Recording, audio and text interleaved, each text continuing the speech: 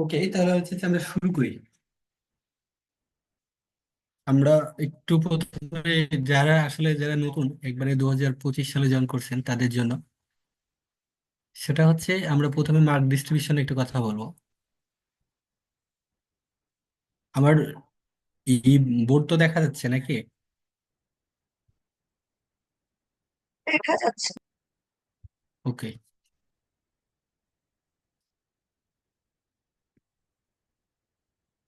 রিটেনে সাধারণত 60 মার্কস থাকে। এর মধ্যে সাবজেক্টিভ থাকে আপনাদের 45 marks. Bangla 5 marks, Bangla first paper and second paper মিলে। এরপরে ইংলিশে 5 মার্কস থাকে। এখান থেকে আপনার গ্রামার এবং যেহেতু যে লিটারেচার আছে সেখান থেকে কোশ্চেন গুলো হয়ে থাকে। এরপরে জিকে, এটা বাংলাদেশ রিসেন্ট আর মাঝে মধ্যে ইন্টারন্যাশনাল দুই একটা কোশ্চেন হয়। ভাইভাতে 16 মার্কস থাকে এবং রেজাল্ট হচ্ছে যে 24 মার্কস থাকে। রেজাল্টে এসএসসি 5 থাকলে আপনি 5, এইচএসসি 5-এ 5, তাহলে 5-5-10। আর বাকি যে 14 থাকে সেটা আপনার সিজিপিএ কে মানে 1-কে 3.5 দ্বারা গুণ থাকে।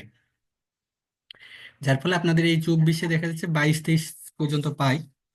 ভাইভাতে একটু মার্কস ডিফার করে, আর যেটা মানে পার্থক্য সৃষ্টি করে সেটা হচ্ছে আপনার রিটেন মার্কসে।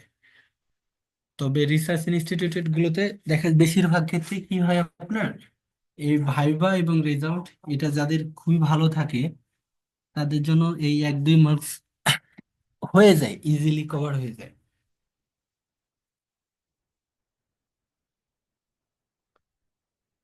আমরা আজকে সরিষা নিয়ে কথা বলবো, বলছিলাম হয়তো গ্রুপে। সরিষাতে এখন পর্যন্ত মানে 3টা কোশ্চেন ফুললি রিপিট হয়েছে। সেটা হচ্ছে সরিষাতে পাওয়া যায় এমন 2টি ক্ষতিকর উপাদানের নাম লিখুন, ব্রাসিকা র্যাপার ক্রোমোজোম সংখ্যা লিখুন, আর পিটিওএস কি। এই 3টা কোশ্চেন ফুললি সরিষা নিয়ে। আর তেল জাতীয় প্রশ্নের মধ্যে এখানে আমি 2টা দিয়েছি। একটা হচ্ছে পূর্ণাঙ্গ মৌমাছিকে কি বলে, আর সানফ্লাওয়ারে কোন অ্যাসিড থাকে। তো আমরা যদি বিগত সালের কোশ্চেন গুলো দেখি তাহলে সরিষা থেকে একটা কোশ্চেন আসে বা আসার সম্ভাবনা সবসময়ই থাকে। একটা বড় কারণ হচ্ছে কিছু সব মানে বিষয় থাকে যেগুলো হট টপিক। আপনি এখন যদি দেখেন দেখবেন সয়াবিন তেলের দাম বেশি, আলু, এই যে কিছু কিছু টপিক থাকে যেগুলো নিয়ে সব সময় কথা হয়। তো এগুলো নিয়ে মোটামুটি পরীক্ষাতে আসে। সুতরাং আমি এই এই সরিষা দিয়ে শুরু করছি। এত সামনে আরো হচ্ছে কথাবার্তা বলা হবে। সরিষার জাত পরিচিতি নিয়ে আমি একটু বলি। বাংলাদেশে 3 প্রজাতির সরিষা চাষ হয়ে থাকে। এর মধ্যে ব্রাসিকা র্যাপা, বা যেটা আগে ক্যাম্পাসট্রিস নামে পরিচিত ছিল, বর্তমানে এটাকে ব্রাসিকা র্যাপা বলে। এরপরে ব্রাসিকা ন্যাপাস আর ব্রাসিকা জুনসিয়া, এই 3টা। এর মধ্যে 2 টাইপ আছে, যেটা আমাদের ব্রাসিকা র্যাপা কথা বলতেছিলাম বা ক্যাম্পাসট্রিস যেটা, এটা আবার একটা ব্রাউন সারসন আর একটা হচ্ছে ইয়েলো সারসন। ব্রাউন সারসন মানে এখানে কালারটা ব্রাউন হবে, আর ইয়েলো সারসন মানে হচ্ছে সিড কোট কালারটা ইয়েলো হবে। এখন ব্রাসিকার ব্যাপার, দেখেন ব্রাউন সারসন এবং ইয়েলো সারসনের কথা যেগুলো বলতেছিলাম, এইখানে ভ্যারাইটি লিস্ট গুলো আছে দেখেন। একটা সময় ছিল যখন এই নামগুলো কি হতো আপনার, আগে এই যেমন টরি 7, কল্যাণী, সোনালী এরকম নাম হতো। পরবর্তীতে এই নামগুলো চেঞ্জ হয়েছে। চেঞ্জ হয়ে আপনার হচ্ছে যে এই ধরনের বারি সরিষা 9, 10, 11, 12 সিরিয়ালি মেনটেন করছে। তো এখন পর্যন্ত বারি সরিষা 22 পর্যন্ত গিয়েছে। তার মধ্যে র্যাপার কথা বলতেছিলাম, র্যাপার আছে 10টি, ন্যাপাস আছে 4টি, 7, 8, 13 এবং 18। আর ব্রাসিকা জুনসিয়া আছে 6টি। একটা হচ্ছে রাই, দৌলত, বারি সরিষা 10, 11, 16, 19 এবং 21। ব্রাসিকা জুনসিয়ার কথা যেটা বলতেছিলাম, এটা আমাদের দেশে যেটা রাই নামে পরিচিত, এটাই মূলত হচ্ছে ব্রাসিকা জুনসিয়া। আর হচ্ছে ন্যাপাস আর র্যাপার কথা তো আমরা বললাম। এর মধ্যে যেটা ন্যাপাস, এটার ইল্ড সবচাইতে বেশি।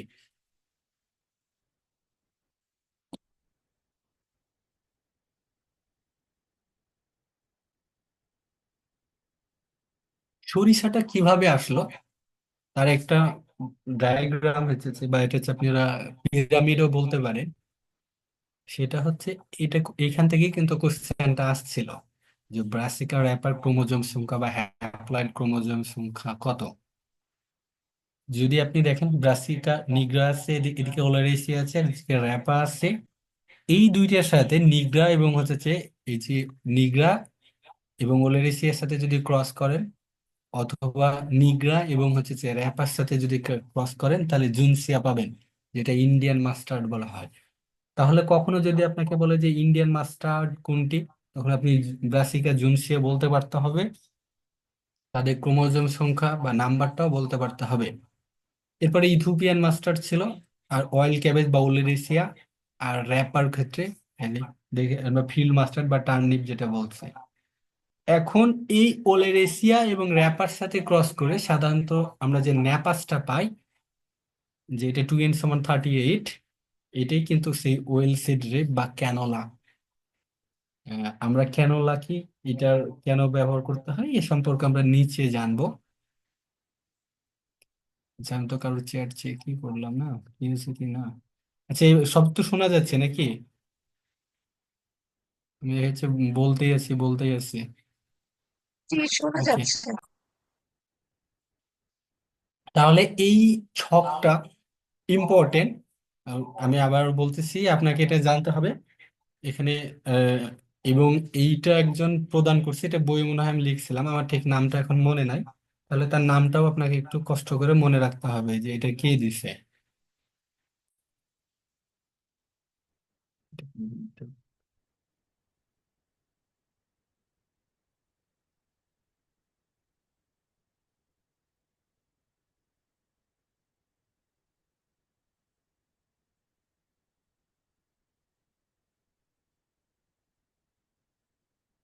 এখন আমরা বাড়ি সরিষা হচ্ছে 18 যেটা বা ক্যানোলা টাইপ, সেটা নিয়ে একটু কথা বলবো। এই কোশ্চেনটা আসছিল, আমি বললাম যে দুইটা কি ধরনের বা এলিমেন্ট পাওয়া যায় যেটা ক্ষতিকর। সেটা একটু দেখেন, ইউরিসিক অ্যাসিড। ইউরিসিক অ্যাসিড আর ইউরিসিক অ্যাসিড দুইটা কিন্তু আলাদা। তো বারি সরিষা যে 18, এটা বাংলাদেশের প্রথম ক্যানোলা টাইপের সরিষা। কোনো সময় যদি আপনাকে বলে কোশ্চেন আসতে পারে যে দুইটা ক্যানোলা টাইপের সরিষা জাতের নাম লিখুন, তখন আপনাকে বারি সরিষা 18 এবং বারি সরিষা 22 এই দুইটা লিখতে হবে। তাহলে আমরা দেখেন, তেলে ইউরেসিক অ্যাসিড, লিনোলিক অ্যাসিড আছে, আর হচ্ছে গ্লুকোসিনোলেট। এর মধ্যে ইউরেসিক অ্যাসিড এবং গ্লুকোসিনোলেট যেটা আছে, এই দুইটা হচ্ছে খারাপ উপাদান। তো ওই সময়তে বিনার কোশ্চেনে আসছিল সম্ভবত। আমরা ইউরেসিক অ্যাসিড যেটা বলেন এটা জানতাম, কিন্তু গ্লুকোসিনোলিট এইটার সাথে আমরা খুব একটা পরিচিত ছিলাম না। যার ফলে দেখা যাচ্ছে যে আমরা একটু কম পারছিলাম, এই একটাই পারছিলাম যে ইউরেসিক অ্যাসিড। এখন এই ইউরেসিক অ্যাসিডটা সরিষাতে 20 থেকে 25 অথবা কখনো 50% পর্যন্ত থাকে। আর গ্লুকোসিনোলেট এইটা সরিষাতে থাকে না। সরিষার যে খোল পাওয়া যায়, সেই খোলে গ্লুকোসিনোলেট থাকে। তবে বারি সরিষা 18-তে এটা 14 মাইক্রোমোল/গ্রাম, নর্মালি থাকে 19 থেকে 24%। এরপরে বাকি যে তিনটা আছে দেখেন, লিনোলিক অ্যাসিড, লিনোলেনিক অ্যাসিড এবং ওলিক অ্যাসিড, একটা ওমেগা 6, 3 এবং হচ্ছে 9। এই তিনটা হচ্ছে কি, মানে ভালো পজিটিভ জিনিস। তাহলে আপনাকে যদি তেলের বলে বা সরিষার ক্ষেত্রে বলে যে দুইটা খারাপ উপাদানের নাম লিখুন, তখন ইউরেসিক অ্যাসিড এবং গ্লুকোসিনোলেট। আর যদি ভালোর কথা বলে বা কোন কোন হচ্ছে ওমেগা গুলো বা অ্যাসিড গুলো পাওয়া যায়, তখন ওমেগা 6, 3 এবং 9। এই তিনটা আগে আপনাকে জানতে হবে, এরপরে নর্মালি যে পার্সেন্টেজটা থাকে সেইটা। তবে সেইটা পরে জানার আগে এটা আপনাকে জানতে হবে যে কি কি থাকে। তাহলে এখান থেকে একটা এর আগে কোশ্চেন আসছিল। জাত আমি বলছিলাম যে আহ, এই জাতটা একটু দীর্ঘকালীন হয়, 95 থেকে 100 দিন, গাছের উচ্চতা 100 মিটার। এটা শুধু আপনার জানার জন্য। তবে আমাদের দেশে সবচেয়ে বেশি চাষ হয় বারি সরিষা 14, টরি 7, এরপরে এই জাতগুলো। তো যখনই আমরা কোনো একটা জাত কম্পারিজনে যাই, তখন তখন সরিষা, বারি সরিষা 14-র সাথে কম্পারিজন হয়। তো আমরা যদি দেখি, তো এই ক্ষেত্রে 30 থেকে 60%-এর বেশি ফলন দিয়ে থাকে আমাদের এই যে হচ্ছে বারি সরিষা 18 যেটা। মানে ভাইয়া ক্যানোলা বলছে হচ্ছে ইউরোসিক অ্যাসিড কম থাকে বলে এটাকে ক্যানোলা বলছে, হ্যাঁ, মানে আমরা কেন পড়বো, কেন বলছে? নিচের দিকে আছে, আমি একবারে সম্পূর্ণটা দেখাবো ক্যানোলা কি, কেন কি বলতেছে। তাহলে আমরা বারি সরিষা 18 নিয়ে আরেকটা কথা বলি। বারি সরিষা 18 জাতটি হচ্ছে কি ব্রাসিকা ন্যাপ। ন্যাপাসটা কিভাবে আসছে, আমরা প্রথমেই যে একটা চিত্র ছিল, ট্রায়াঙ্গেল ছিল, সেই ট্রায়াঙ্গেলে দেখাইছিলাম। এরপরে সবচেয়ে বেশি ফলনশীল জাত হলো ব্রাসিকা ন্যাপাস এর যে জাতগুলো আছে সেগুলো। এই বারি সরিষা 18 জাতটি অস্ট্রেলিয়া থেকে আনা হয়েছিল, যে লাইনটার নাম ছিল বিএন 14,011। পরবর্তীতে ট্রায়ালের মাধ্যমে 2018 সালে বারি সরিষা 18 নামে অনুমোদিত হয়। এই ট্রায়াল দেয় উম, কৃষি গবেষণা ইনস্টিটিউট। এবং এরপরে যে প্রক্রিয়াটা আছে, এসসিএ বা হচ্ছে সিড সার্টিফিকেশন, এনএসবি যেটা ন্যাশনাল সিড বোর্ড, এর মাধ্যমে অনুমোদিত হয়ে এটা বারি সরিষা 18 নামে আসে। তাহলে যদি কখনো, মানে আমি বলতেছিলাম যে 18 নিয়ে যেন আমাদের কোনো কোশ্চেন না থাকে। এরপরে ক্যানোলা জার যেটা বললেন, আমরা ক্যানোলা একটু জানি। ক্যানোলা হচ্ছে ক্যানাডিয়ান ওয়েল লো অ্যাসিড। এটা 1971-এর দিকে তারা একটা ট্রেডমার্ক করছিল কানাডা, যে তারা কি রাখবে বা কি খাবে না। আমরা তো আপনার উন্নয়নশীল দেশ, এখন তো সয়াবিন তেলই পাওয়া যাচ্ছে না আমাদের দেশে, যেখানে সয়াবিনের অর্ধেক পাম অয়েল মেশানো থাকে। তারপরও আমাদের অবস্থা দেখেন, কিন্তু আমরা তাও ওইটার উপরই ডিপেন্ডেন্ট হয়ে গেছি। তো ক্যানোলাতে তারা ট্রেডমার্কে বলতেছে যে less than 2% ইউরেসিক অ্যাসিড থাকতে হবে। আর খৈলে 30 মাইক্রোমোল সব গ্লুকোসিনোলেট থাকলে, এই দুইটা কন্ডিশন যদি মেনটেন করতে পারে কোনো একটা তেল, তাহলে তারা সেটাকে ক্যানোলা টাইপ মানে বলবে, ক্যানোলা জাত। এখন সরিষার তেলে যদি দেখেন, কম 3%-এর কম অথবা 2%-এর, যে যে less than 2% বলতেছে, কম ইউরিসিক অ্যাসিড, এবং খৈলে যদি 30 মাইক্রোমোল বা গ্রাম এর কম পরিমাণ গ্লুকোসিনোলেট থাকে, তবে তাকে আমরা ডাবল লো বা ডাবল জিরো বলা হয়, যা কি ক্যানোলা নামে বহুল পরিচিত। তাহলে কখনো যদি আপনাকে ডাবল লো বা ডাবল জিরো, এই ক্যানোলা এটা কি আসে, মানে দেখেন, সরিষার ক্ষেত্রে ডাবল জিরো কি বা ডাবল লো কি বা ক্যানোলা কি, একই জিনিস, কিন্তু তিনটা ভিন্ন নামে। আপনি যদি না জেনে থাকেন তাহলে কিন্তু শুধু ক্যানোলা জানলে আবার পারতেন না। ডাবল জিরো বলতে যে আপনার ইউরেসিক অ্যাসিড এবং মাইক্রোমোল যেটা খৈলে যেটা গ্লুকোসিনোলেট, এটাকে তারা রিডিউস করতেছে দুইটা উপাদান একই সাথে। এই জন্য মূলত হচ্ছে এটাকে বলতেছে কি,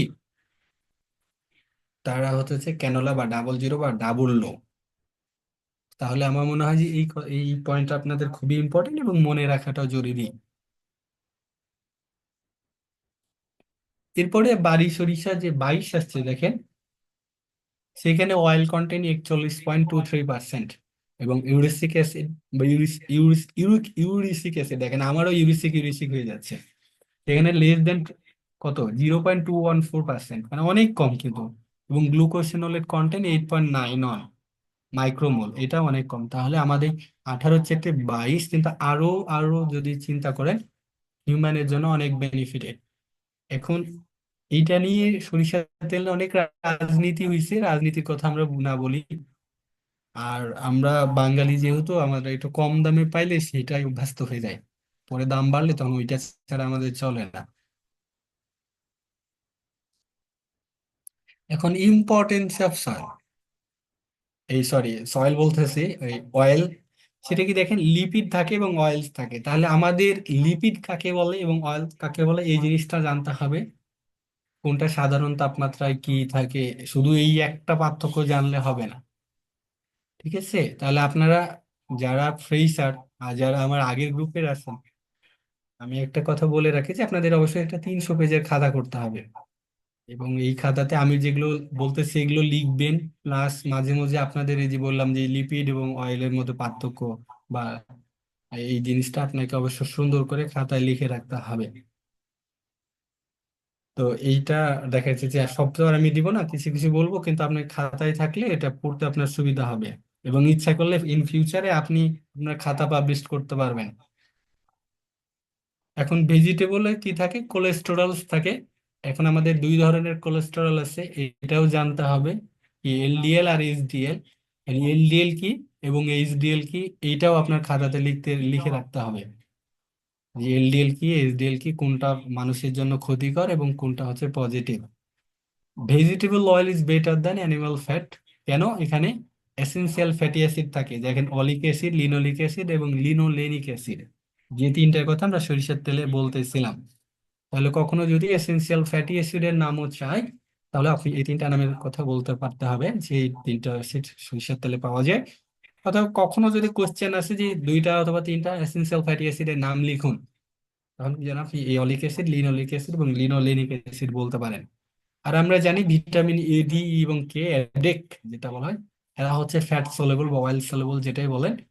এই ফ্যাট সলেবল হওয়ার কারণে আমাদের শাকসবজি একটু বেশি তেল দিয়ে খেতে হয়, আর মাছ মাংস যেগুলো আছে একটু কম তেল দিয়ে খেতে হয়। কিন্তু আমরা বাঙালি উল্টাটা করি, দেখেছি সবজিতে কম তেল দিই আর মাছ মাংসে বেশি তেল দিয়ে ভাজি। আর আরো দুইটা ভিটামিন আছে, ভিটামিন বি এবং সি, যেটা আমরা হচ্ছে যে কেউ পানিতে দ্রবীভূত হয়, যারা বিশেষ করে এটা ভালো করে জানে। এই জন্য ভিটামিন বি এবং সি আমাদের ডেইলি খাইতে হয়। আর হচ্ছে অয়েল কেক যেটা আছে, এটা গুড সোর্স অফ প্রোটিন, এখানে প্রায় 45% প্রোটিন থাকে, যেটাকে আমরা খৈল বলি বাংলাতে, যেটা অ্যানিমাল এবং ফিশ এর হিসাবে কি করে, ম্যানুর, এছাড়া ম্যানুর হিসাবে ব্যবহার করা যায়।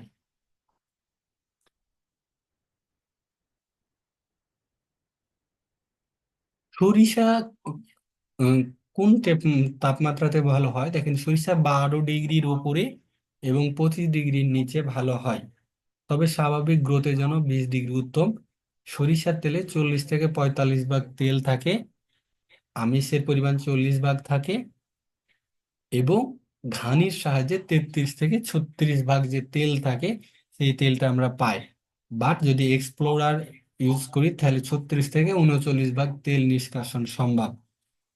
তার মানে 1 কেজি যদি আপনি সরিষা নেন, তাহলে 1 কেজি যদি 100 গ্রামকে ধরেন, তার মানে সেখান থেকে আপনি 33, মানে 10 কেজিতে 3.5 কেজি মতন আপনি তেল পাবেন। এটা নর্মাল যদি ঘানির সাইজে করা, আর এক্সপ্লোরারের সাইজ যদি করা হয়, তাহলে 36 থেকে 39 ভাগ, মানে প্রায় 4 কেজি মতন আপনি তেল মানে আহরণ করতে পারবেন। তো এইটাই ছিল হচ্ছে আমার সরিষার একটা জেনারেল কথা। তাহলে কি, সরিষা 12 ডিগ্রির উপরে এবং 25 ডিগ্রির নিচে ভালো হয়, তারপর 12 থেকে 25 ডিগ্রি, তারপর স্বাভাবিক গ্রোথের জন্য 20 ডিগ্রি উত্তম। এই বছর আমাদের শীতকালটা খুব একটা বেশি দীর্ঘায়িত হয় নাই, এই জন্য সরিষার ফলনটা তুলনামূলকভাবে কম।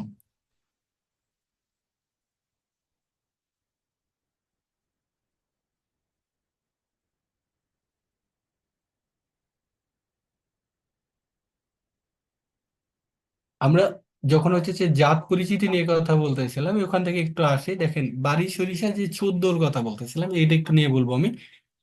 বাড়ি সরিষা 14, এইটা 80 থেকে 85 দিন সময় নেয়, এবং এর গড় ফলন হচ্ছে 1.7 থেকে 2 টন, তার মানে 3-4 মণ করে বিঘাতে হয়ে থাকে। এবং আমাদের যেটা টার্গেট এই সরিষার ক্ষেত্রে, সেটা এই কোশ্চেনটা আসছিল, আমি ভুলে গেছি বলতে।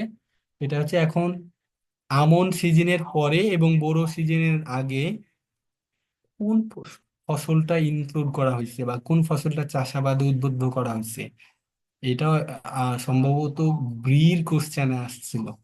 তো সেখানে হচ্ছে যে সরিষা হবে, স্পেশালি বাড়ি সরিষা 14, যেটা হচ্ছে শর্ট ডিউরেশন ভ্যারাইটি সরিষা। হ্যাঁ, এই কোশ্চেনটা আসছিল, পিটিএস এর কথা বলছি। তো আমি এখানে জাস্ট জাত নিয়ে একটু কথা বলার চেষ্টা করলাম, আজকে প্রথম দিন, জানি আমার একটু সময় সাপেক্ষ লাগে, এবং আপনাদের সাথে যারা অনেকদিন পরে আমার যেহেতু মিট হচ্ছে, একটু আপনাদের সাথে মানে কথাবার্তা বলবো। এরপরে আমরা হচ্ছে নেক্সট টাইম থেকে আরো হচ্ছে যে ক্লাসটা হচ্ছে যে দীর্ঘায়িত করব। সুতরাং কারোর কোনো কিছু জানার থাকলে, জিজ্ঞাসা থাকলে আপনারা করতে পারেন।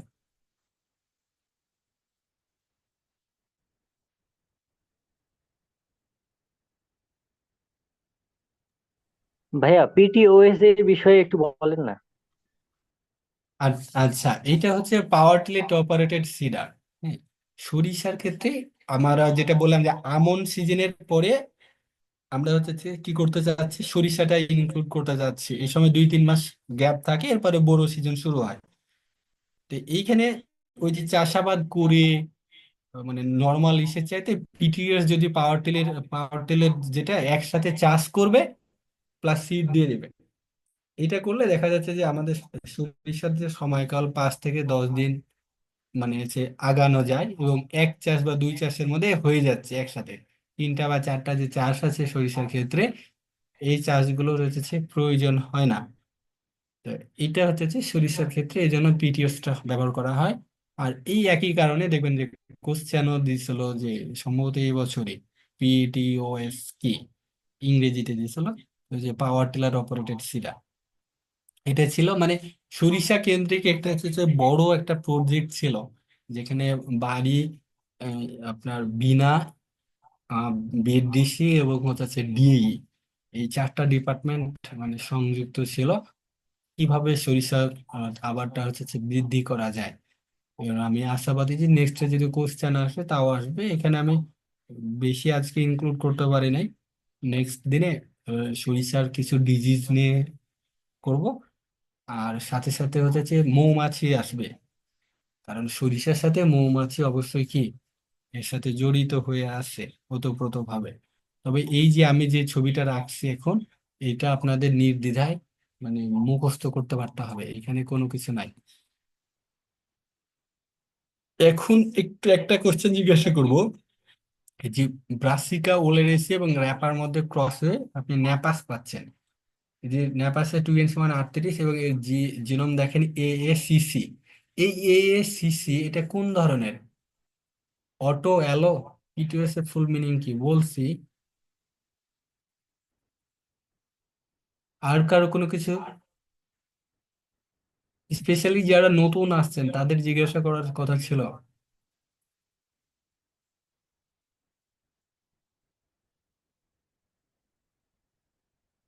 একজনে বলছে হ্যাঁ, একটা হচ্ছে অ্যালো পলিপ্লয়েড, ঠিক আছে। তাহলে যদি দুইটা ভিন্ন থেকে হয় তখন সেটা অ্যালো, আর যদি একই রকমের ক্রোমোজোম থেকে হয় তখন সেটা অটো। ওকে, তাহলে এটা একটা জানা দরকার আপনাদের। আর আমরা কালকে সরিষার ডিজিজ, ইনসেক্ট আর হচ্ছে মৌমাছি নিয়ে ডিটেলস কথা বলবো। রমজানের দিন ক্লাসগুলো একটু ডেলি নিলেও একটু ছোট ছোট করে নিব, যেন আমারও খারাপ না লাগে আপনাদেরও। আর কারো কোনো কিছু জিজ্ঞাসা আছে কি?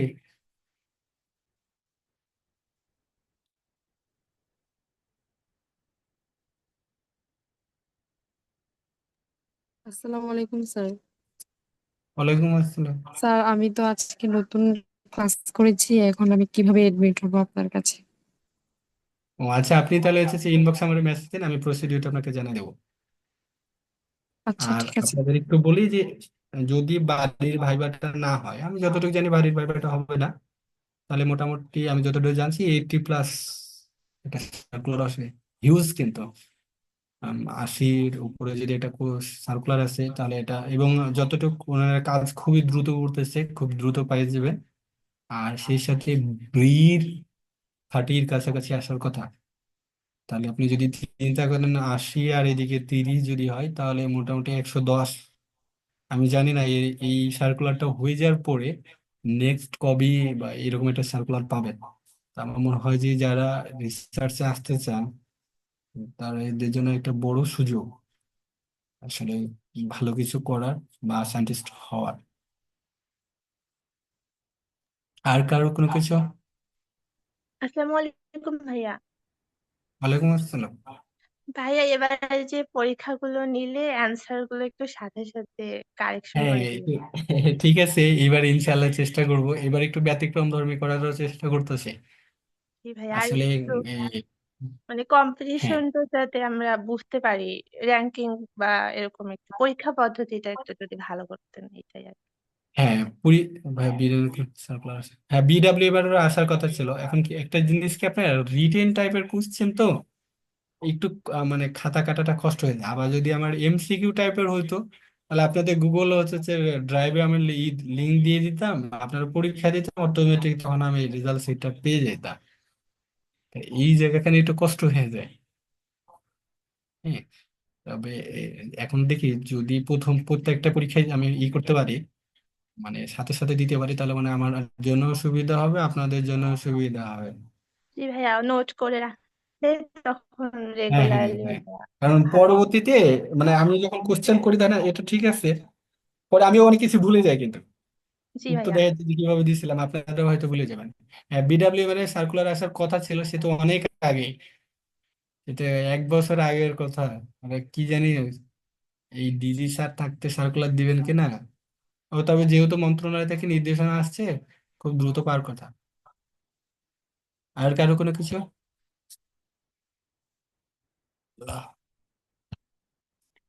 ভাই আমাদের আগের ব্যাচের ওদের কি অ্যাডমিট হওয়া যাবে আবার?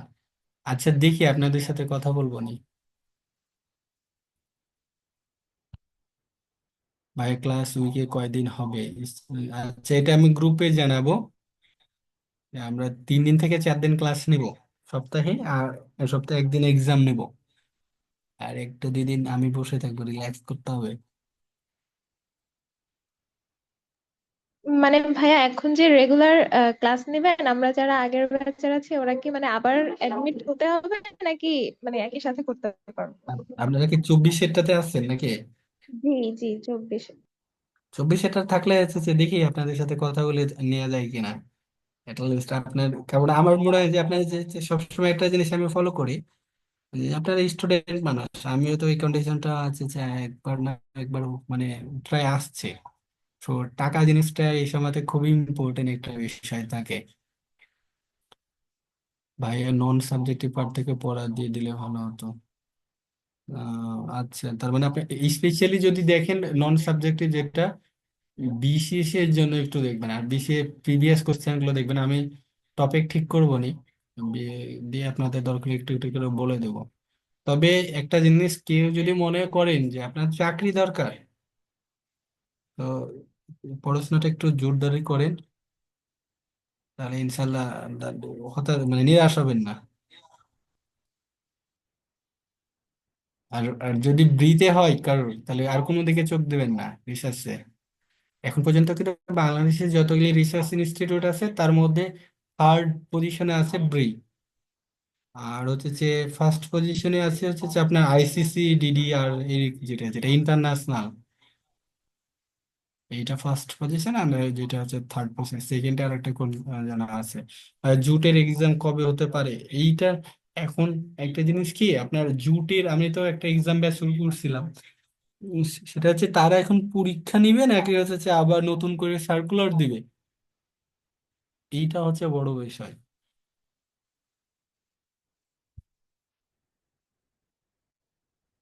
তবে ঈদের আগে আর পুরো কিছুই হচ্ছে না, মানে পরীক্ষা টরীক্ষা তো আর হওয়ার সুযোগ নেই। আর যদি জুট মনে করে যে না, ব্রিতে জেনেটিক্স ব্যাকগ্রাউন্ড ছাড়া কি পসিবল? আচ্ছা, এই কথাটা কে বলছে যে আসল কথা কি জানেন, জেনেটিক্সরা হচ্ছে ওরা হচ্ছে একটু পড়াশোনা বেশি করে, ওদের পাঠটা একটু ভালো পারে, তো এই জন্য ওরা সামনের দিকে মার্কসটা পায়। আর জেনেটিক্সে যারা মাস্টার্স করে তাদের একটা টার্গেটই থাকে যে রিসার্চ ইনস্টিটিউটে যাব। আর বাকি যারা থাকে তারা তো একটু ফাঁকে দেয়। আপনি ফাঁকে না দিলে কেন যাইতে পারবেন না? অবশ্যই যাইতে পারবেন। Everything is possible.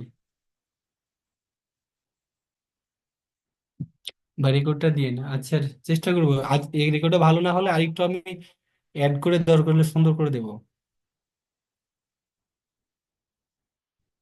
আর কারো কোনো কিছু জিজ্ঞাসা হচ্ছে কি? হুম। তবে অ্যাক্টিভ হতে হবে। আমার আগের যে ব্যাচটা ছিল, ওই ব্যাচে 15 জন ঠিক ছিল আপনার ব্রিতে, তো তারা খুবই অ্যাক্টিভ ছিল।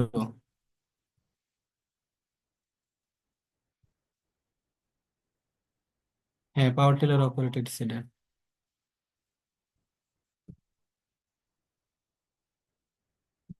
আর কারো কোনো কিছু জিজ্ঞাসা না থাকলে আজকের মতো আমি শেষ করি। ইনশাল্লাহ কালকে আবার একটা ক্লাস নিব, কালকে তখন হচ্ছে আমি বলে দেবো।